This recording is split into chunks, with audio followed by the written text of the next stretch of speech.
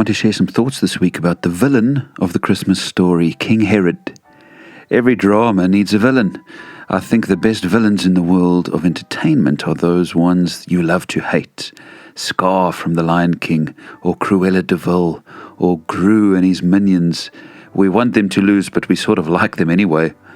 In fact, in our day, there's this strange move towards sympathizing with the villains of our stories. There's a trend now of famous villains getting their own origin story movies.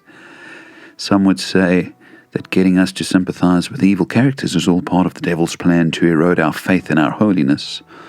Perhaps there is a degree of truth to this.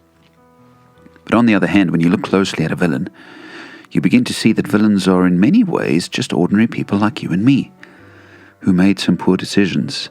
It could be that we are more like the villains than we care to admit. Toivi Blatt was a Holocaust survivor, and in 1983 he conducted an interview with Karl Frenzel, a Nazi who had been commandant at the concentration camp Blatt had been kept in. As they spoke, Blatt was struck by how Frenzel, in spite of his horrific actions in that camp, seemed to be a normal, kind man. It unsettled Blatt to realize that he and his captor were not so different. He wrote a book about it, in fact. Herod enters the Christmas story as the villain. We love to hate him. But maybe if we dig a little deeper, we will see that Herod wasn't simply a terrible man.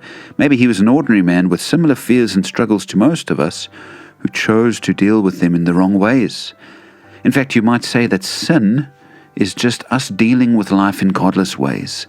Instead of going to God, we go to godless things, and this, in a sense, is what makes us villainous within. It's called the sinful nature, and the Bible is clear that each of us is born with one. But even villains can find redemption. Perhaps you remember Manasseh, who we looked at a few weeks ago, a villain who ended up turning to God and finding redemption. If you see yourself in the Christmas villain this week, don't despair. You may find redemption if you do what he didn't, if you embrace the Christ child and don't persecute him. May you find what Herod didn't, the wonder and glory of Christ, which changes your life this Christmas.